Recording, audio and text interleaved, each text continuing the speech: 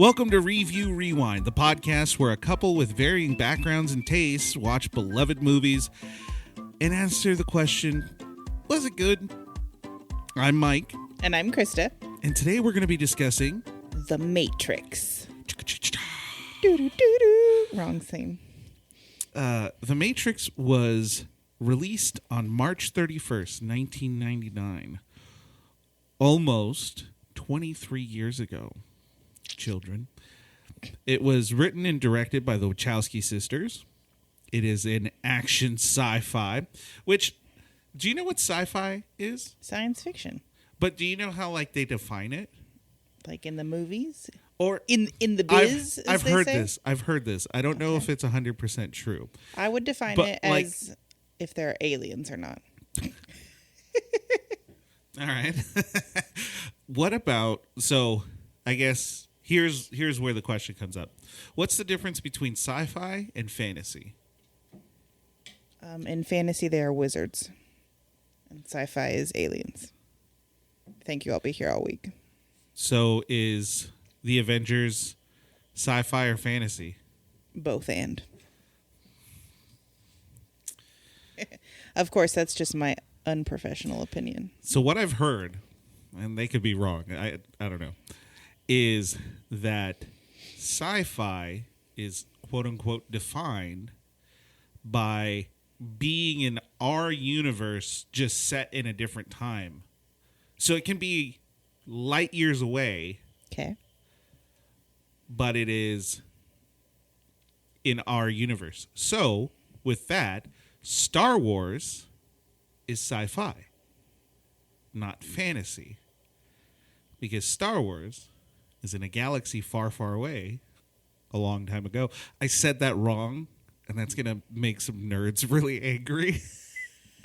But so Harry Potter is fantasy because no, I want to be honest with you that you've lost me already. It's okay. That was what my understanding. So Lord of the Rings is fantasy because it's in a different world altogether. Okay, so what would Harry Potter be? It'd be sci-fi because it happens congruent to our world. But I don't know. So see, we will look that up. We will look that up when we let's just do stick our to Harry Potter. My definition that fantasy has wizards, okay, and sci-fi has aliens. But it's in our world. It could If you agree with me, please drop me something. Drop me a like. That's the wrong way to say this. I think we need to get you a Twitter or something. Drop it like it's hot. All right, moving on. Sorry. All right, and some more tidbits. I got all of this, and I will be getting all of this from Rotten Tomatoes. So that's where I got all of my information. Shout out Rotten Tomatoes. Sure, sponsor us. Can you guys do that? I don't know. The movie made $171.4 million in the box office. And on average, the critics say it's pretty good. Has an 88% for critic review on Rotten Tomato. Can I ask a question? What's up? Is that is this the Rotten Tomato review from when it came out? Yeah. Okay. I didn't know if it was Rotten Tomato feels new to me, so that's why I was like, Rotten did they have it in 1999? I think they've backlogged. Decades ago. I think they backlogged everything, and so they went through the reviews in the newspapers and everything because newspapers post them. Okay. Online, you can find them all. Okay, that's just my question because I was like, is that whose standards is it according to 1999 standards when they got this review? Probably. Okay. Alrighty. So, that's just the gist of the movie. And so that's just the gist of the movie. So we are now going to hear the plot. Plot time. The plot of The Matrix is that Neo, Keanu Reeves, hubba, believes that Morpheus, Lawrence Fishburne, an elusive figure considered to be the most dangerous man alive, can answer his question. What is the Matrix? Neo is contacted by Trinity, Carrie Ann Moss, a beautiful stranger who leads him into an underworld where he meets Morpheus. They fight a brutal battle for their lives against a charade of... Did I say that right? What is charade? Cadre? Isn't it Cadre? I've never heard that word in my life. Isn't it Cadre? I've never heard that word in my entire life. It's a 5-letter word, though, so it's good for Wordle. Shout out to Wordle. Jesus. Sorry, for everyone else, I just played that very loudly. I just searched it on Google and hit the pronounce button, and it said it very loudly in our ears. Okay. So it's Cadre. They fight a brutal battle for their lives against a cadre of viciously intelligent secret agents. It is a truth that could cost Neo something more precious than his life. Doo-doo-doo-doo.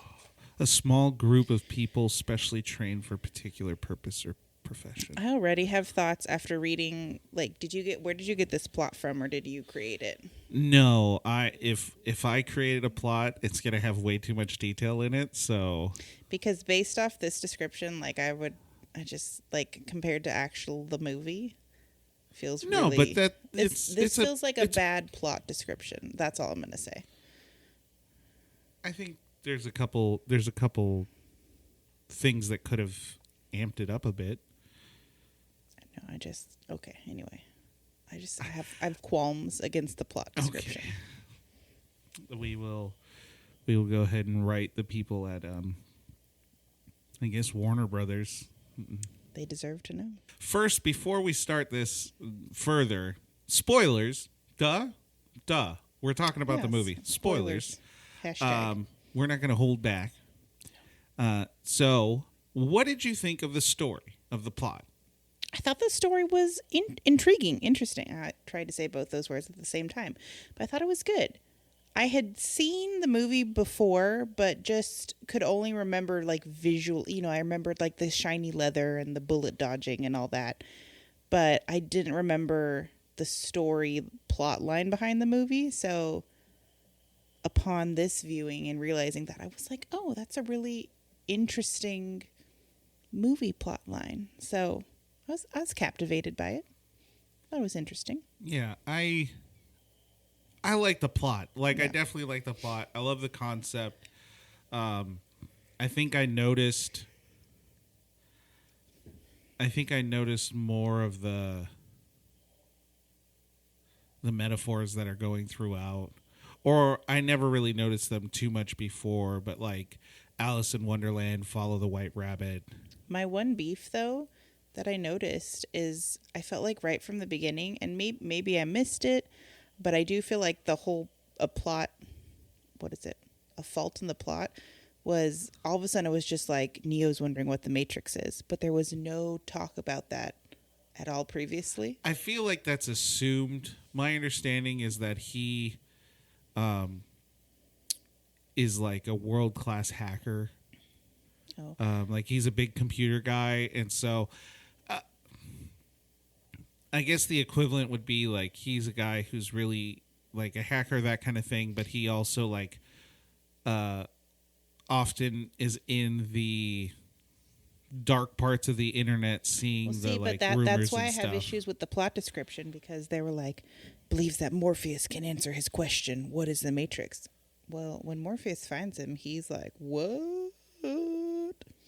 So anyway. Yeah, that part really didn't make sense. I don't know. And two, like the movie's 2 hours and 15 minutes. There were some things that I feel like they could have done away with that could have been more or could have done away with and then included that background. Point of fact, the weird guy that comes to buy the disc or the code or whatever. Oh, yeah.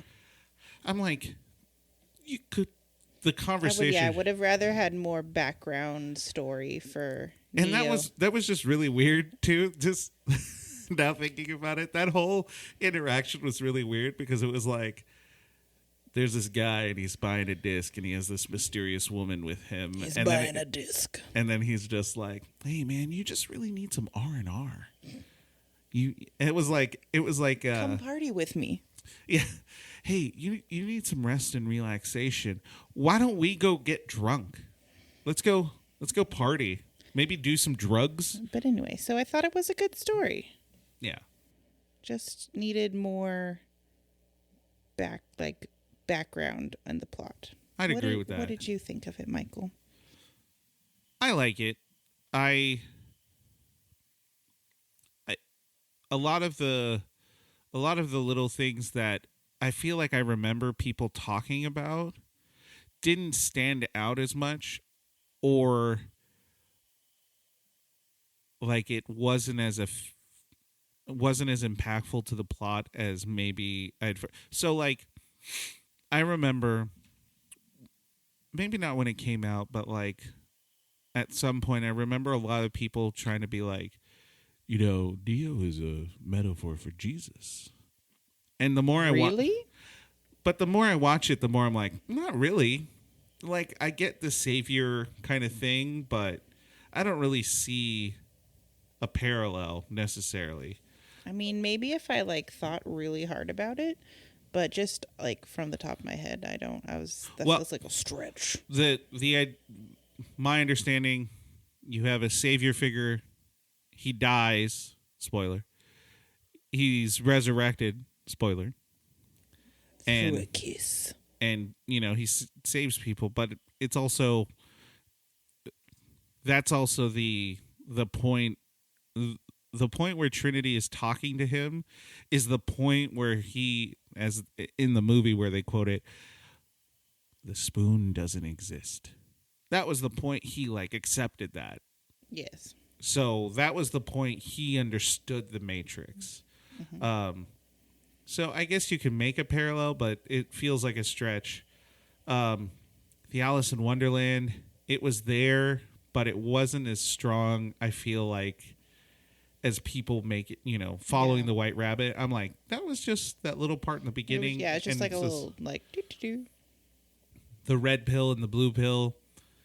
I vaguely remember, there's things about that where it's like, oh, I remember, the two pills, remember the bullet dodging stuff, about the movie. I feel like there was a false sense of free will in that, too, because I'll never know, but it's like Morpheus manipulated these people for them to get to that point where they would want to take the red pill.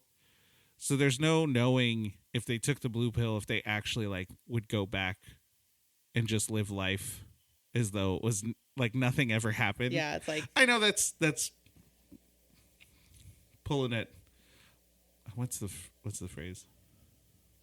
Grasping at straws. Grasping at straws, but I guess I'm just going to grasp. So, Michael, what was the moral of the story to you?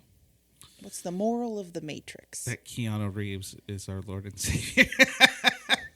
All right, cut, print, take it to book. I don't know. The savior concept I actually don't think is the moral of the story as much as it's I think the idea that once you understand some form of reality that is never changing, I guess, that you then can see the rest of the world or the rest of reality in the way it truly is.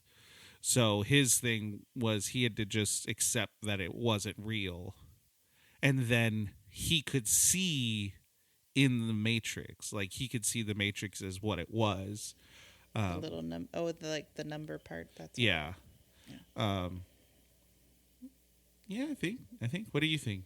Well, see, this is when I read that question, when you sent it to me to think about, I already right away was like, this is the difference between Mike and I in watching movies. Is I was just like, oh, it's a great movie, it's fun to watch it, and I was like, there's a moral of the story. And even as you were saying that, I was like, I mean, literally, jokingly, the thing that came to my mind is, don't trust the system.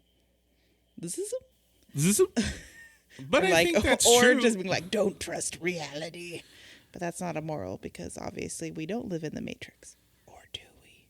But really, we don't live in the Matrix, or something. I feel like the morals also like don't trust like middle-aged white dudes in black suits with like giant foreheads. All of them had really big foreheads. Is buy yourself a pair of those sunglasses. I would really appreciate, like, I don't know what you would call that style, but I'd love to see how those sales just skyrocketed in 1999. I'm sure it was huge. It one thing that I read said it was like cyberpunk sci-fi, and by one thing I mean Wikipedia, because we do deep research here. Of course. And shout out to Wikipedia. Shut up. Wiki. Wikipedia. And I don't know. I feel like that idea of the leather and that like cyberpunk style probably did really surface to the top because, you know, 100 and whatever million is a lot of money. So that's a lot of people who like paid to see it. So That's another like side note, like where my brain went down as I was like, I mean, obviously it was the directors or costume people, but you know, kind of I was like sitting there looking at it, like, what made them decide that the people who were outside of the system, as they say, got to wear just shiny black leather and bug sunglasses? Like, who made that decision? As like, if you are against the man, against the system, this is what you know what wear. the man hates? Just shiny tight leather. Like, little just cannot Bugman stand it. Glasses. Or that was Neo, bold. Neo just wore like what a teenager would wear to a job interview. He's just the trench coat action in this. If you took the trench coat off, quality. he was wearing like often he was wearing like a standard button-up dress shirt. He was just buttoned all the way to the top, black with black pants. Trench coats had their moment, and trench coats and bug sunglasses. That's what I'm calling them. They remind me of like insect eyes. I don't want to get into it, but I'm going to disagree that they had a moment. I think that was forced. Those were bad. It's still a moment though. It was bad. It was a moment. Anyway. It was a moment in time for sure. What did you think of the acting? Well, it's hard. As Mike said in episode 1, reference back to episode 1, I have a hard time with dated movies and everything. So coming from that super judgmental part of me, I thought it was fine. Like, I didn't think it was bad acting. It wasn't like, ugh, to watch this. So, I mean, I don't think it was like a standout, performance. I thought it was so funny. It was just like the team in the Nebuchadnezzar are supposed to be mankind. They're representation of like mankind in this fraudulent world created by computers. But when they talk, they just don't, like, they sound so weird. It's just like, you're not really a representation of humanity. Everything feels forced. Everything feels exaggerated, except for Cypher, who's the traitor. I could tell he was the bad guy right away. Yeah, you could. I was like, I leaned over to Mike and I was like, I think I know who the bad guy is. And then when he turned, you were like, I knew it. Yep, I seen it. But he was the only one who like kind of talked normal and kind of acted like a person. Morpheus. He just talked his way. Even the like knowing a little kid character, he wasn't a little kid, he was an adult, but the kid character, oh yeah, like his hyperness was even like, it feels forced, buddy. Like like take a chill pill in your acting. And then Tank just felt like he just did a line of coke or something. He was just hyped. Was that the phone operator guy? Yeah. Okay. I liked him, but like when he talked, I was just like, I don't see that, but okay. All right. I mean There wasn't enough of his brother. I really liked his brother. He seemed really chill. Liked him. I I liked him so the much that scary blonde chick. I can't remember his name. No. I can't remember her name either. Started with an S? Maybe? I'm just thinking cipher, but that I know it's a C. So I know, and then I just was like shots, and then in my head I'm like shot, which is incorrect. Yeah, now talking about it, like I think it fits, and it's so weird that Keanu Reeves, who plays the same character, and is like, whoa. But he wasn't very like bro-y in that. But what I was going to say is it's weird that he was the most cemented character. What do you mean by that? Like when he talked, when he did anything, he was the one character that didn't take me out in any way, shape, or form. That it wasn't like when Morpheus talked, there were a few times when he spoke that I was just like, that's a little corny or whatever it might be. I see it.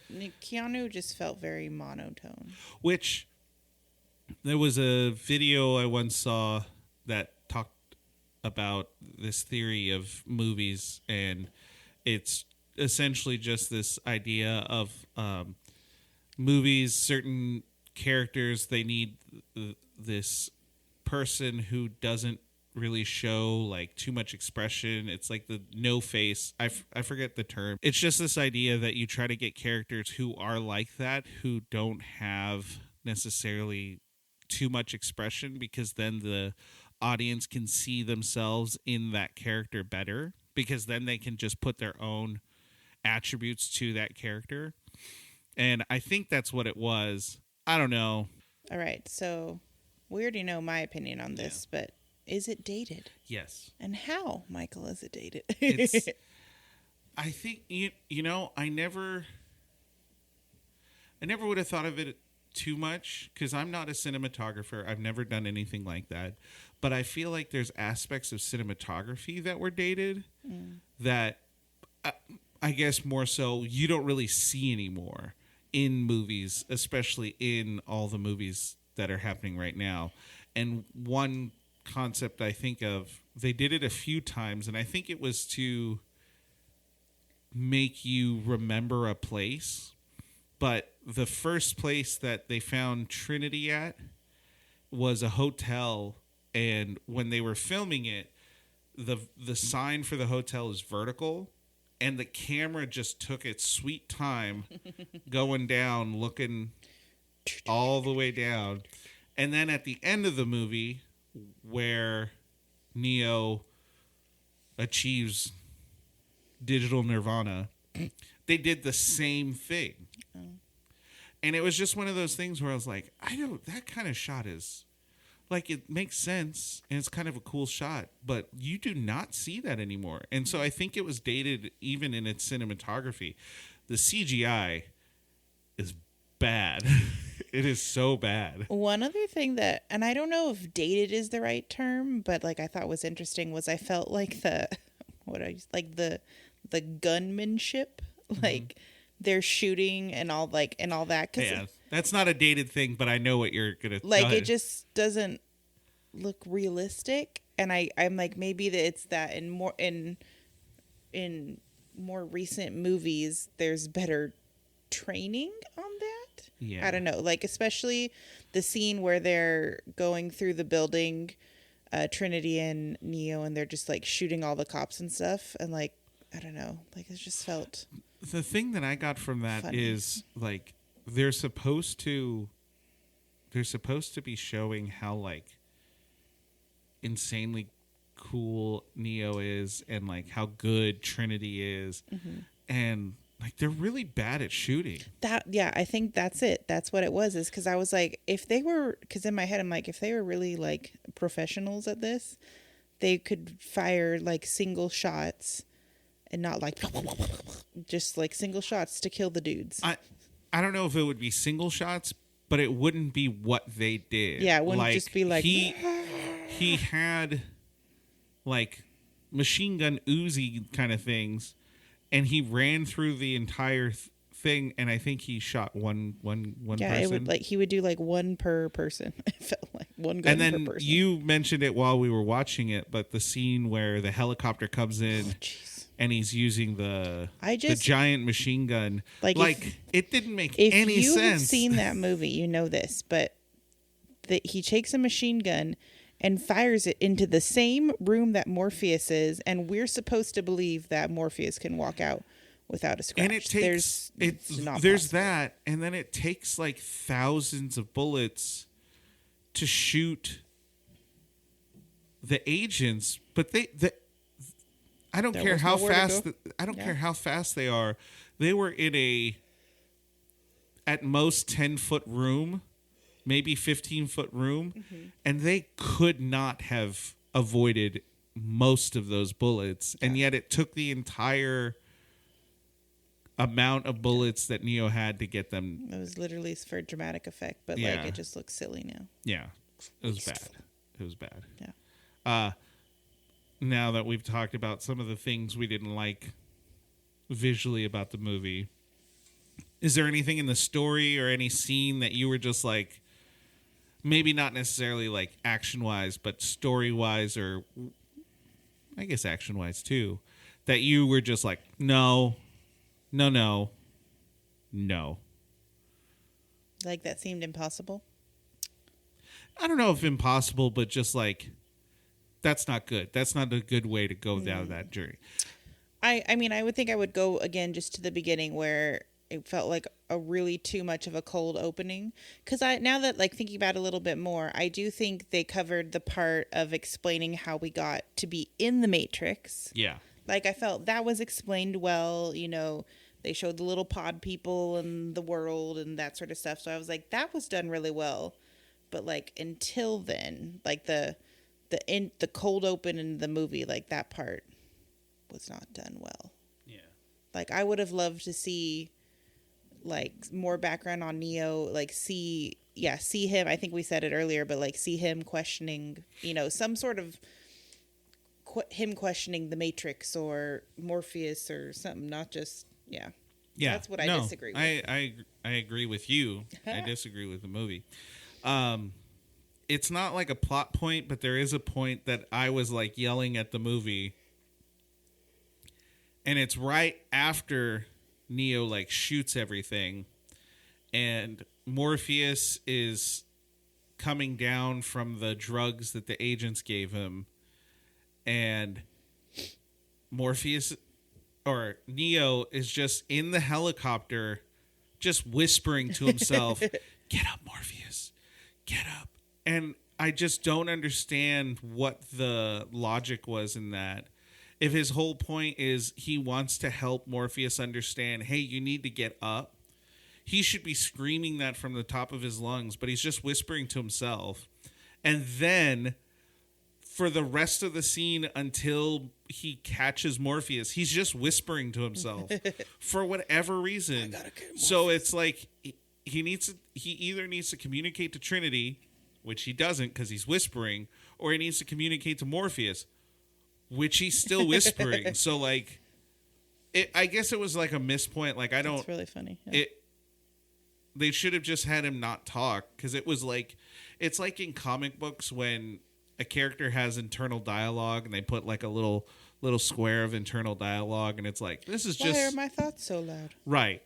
It just sounded like internal dialogue that he was just saying for a reason, and I don't necessarily know why they had it. It just felt weird. It took me out of it for a bit. Yeah. Well, we've talked. The next question is anything you would have changed. Clearly, you would have changed the background on Neo prior to him entering. I also would have changed the sunglasses choice. You don't like the I bug would keep sunglasses? I would keep the black leather. I would keep the trench coats. Would get different glasses personally. So you're just jumping ship on the bug glasses. Yeah. It's fair. It's not a good choice. It's fair. I feel like timing. There was a timing bit where I never realized how kind of there was. It was interesting how the movie started, and it was like this mystery, almost. But I think it was because of the lack of backstory on Neo. The mystery was like, what is happening? Yeah. And then as it was going, you're like, oh, okay. But I think I would have liked that maybe the pacing to change, because it felt really slow up until the point that like Neo and Morpheus really meet. Yeah, I agree with that. I also think, and we mentioned it earlier, like certain things that were needlessly long or whatever. Like I was just thinking of the kung fu karate scene. Like, I mean, that felt like a really long drug out scene for what it was. Yeah. I think a lot of pacing things would have liked to change. And I think now that you say that, just some of the aspects that they decided to make slow motion, it was like, I don't think you need that. Mm-hmm. You know, I think it's getting understood. But I did like the difference between the slow motion and then they had them like moving really fast. Yeah. But you could see the difference, you know. One of the big questions, kind of the big question of this podcast, was it entertaining? Yeah. I mean, I think, yes. Like, it was entertaining to watch. Would you watch it again? I'd watch it again. Okay. My interest is peaked because I know there's like there's 2 and 3, and then they just put like a brand new one out, right? Yeah, just bad. Well, that was going to be my question, because I was like, oh, I had forgotten they had made the new one. So in my head, I was like, oh, I would love for them to redo this movie in recent to see what it does. And then and then I remembered, oh yeah, they did a new one and Mike said it wasn't good. Yeah. Which maybe we'll get to one day, but I didn't think it was that great, but I could be it's my opinion. It could be wrong. But yeah, I mean, it was entertaining. I was entertained by it. I would if I'm at a hotel and it's on one of the movie channels, I'll watch it. But I'm not going to go out of my way to watch it again. So like we sat down and we intentionally watched it and like really tried to get into it. Would you do that again? Probably not, unless we like needed to for so you some would reason. You would watch it again in a casual capacity. Yeah. That's fair. What about you? Was it entertaining, Michael? Yes. I think it was, oddly enough, maybe it was because I was trying to be critical of it. It felt less entertaining than other times I've watched it. It might also be that we are parents of children, and so our gauge for how tired we get is very it gets filled up pretty quick. I've yawned like 10 times during this recording already. But I enjoyed it. What would be easier for you? Grade 1 to 100 or A to F? With minus and plus. I guess A to F. What would you rate it? I give it a C plus. C plus. Yeah. I'd probably give it a B or B minus. So like I think I'm closer to the critics. Yeah. I think it deserves to be a little higher because the plot is good. And like for its time it was a good movie. That's why I gave it the plus. Yeah. But I do think that like... Yeah, and you're right. For its time, I think like if I just judge it in the context of the late 90s, it was a good movie. But I do think, in a 2022 world with us 2022 girls, it feels like it lost a little bit. It lost a little of the shimmer that it had. Yeah. So it's no Fast and Furious, so that's all. It's no Fast and Furious. And hey, everyone, we know that our tastes aren't exactly your taste or anything, but we're hoping to take it from a perspective of someone who really doesn't watch movies outside of a casual perspective and someone who really enjoys movies and likes to watch them a lot. But you can have your own opinion, and we're just hopefully giving you a guide into it. Maybe make you think a little. Maybe make you buy a trench coat. maybe make you buy a trench coat or some Don't buy bug glasses. Don't buy the bug glasses. I think Take it from me. I think I'm gonna buy Krista some bug glasses. She's gonna be They're fresh gonna to end up in the trash. where most bugs are. The last question I want to leave you on, and the last question we're always going to be on, because we gave it our rating. Mm-hmm. But would you recommend it to someone? Is there someone you wouldn't recommend this to? I mean, I get, like, if you're like me and old movies, like, you really don't, if you don't enjoy dated things, and like, this did feel very sci-fi, you know, again, I mean, it's the alien reference, although there weren't technically are they considered aliens? Anyway. But it's science fiction, and there's a ton of science, and it's fiction. Yes, so I would just, fiction. if you do not enjoy science fiction in any capacity, you will not enjoy this movie. Yeah, I think that's a great point. Like, if you're a person who has to watch something that at least has to really kind of build itself on a reality that is familiar, this will be a struggle. If you don't like kind of, oddly to say, but things that are kind of like prophecy or if you don't like Keanu Reeves. If you don't like Keanu Reeves, which who are you? Shouldn't even listen to this podcast. No, I know. This is a Keanu Reeves podcast. Shout out Keanu Reeves. Yeah, there's a talking about this, it makes me think, like, it felt like sometimes they were trying to be intelligent, and it was like, you guys are trying a little hard.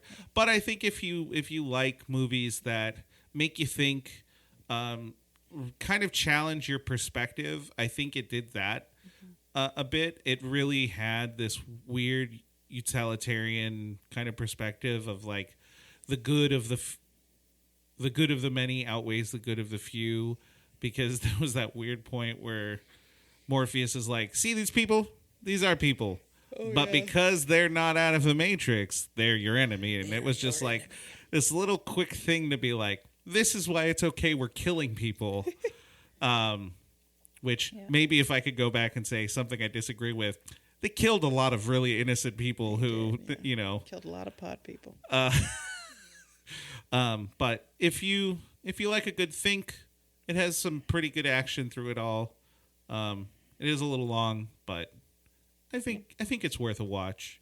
But if you don't like Keanu Reeves and you don't like sci-fi, just avoid it. Just leave it on the shelf. Leave it on the shelf. Leave it on the shelf. That only makes sense to people born after or before a certain year, because you don't have movies on shelves anymore. I guess you could say don't put it in your queue. Don't put it in your queue. Look at you. Don't put it in your queue. That was a really bad British. That was offensive. Weird. That was offensive. So, now we're rambling. But I do want to say, next time when we get back, what are we watching? We're going to be watching Jurassic Park.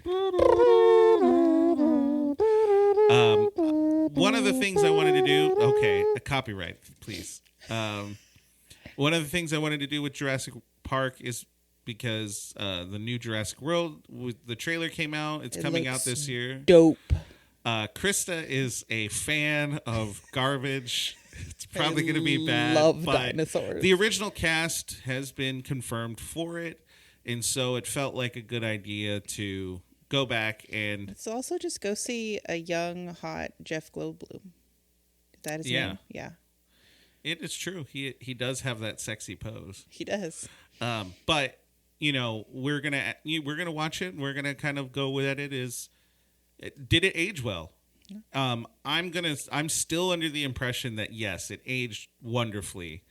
I could be wrong. Yeah. But we're gonna watch that, and if you have any questions or concerns or anything like that. Do you have any movies that you would like us to watch for you? You can tweet me at Mike the Alvarez or Honest Geek Media, or you can email. We don't have an email yet. I don't have an email. You can't tweet me because I don't got a tweeter. But you can go on the Twitter and you can do that. On the Twitter. You can go on the Twitter. Twitzers. You can go on the Twitter. And you can check us out. Okay. Until next time, We're watching movies. We gotta get something for this. We gotta get okay. Gotta Also work send on in your tagline requests. Or Yeah. not requests, suggestions. Subscribe, review, Subscribe tell us and how save. great we are, and Tell me I'm pretty. Just kidding. You can't see me. tell me I'm pretty. I need it. Michael, you're beautiful. Okay. All right. Bye, everyone. Bye.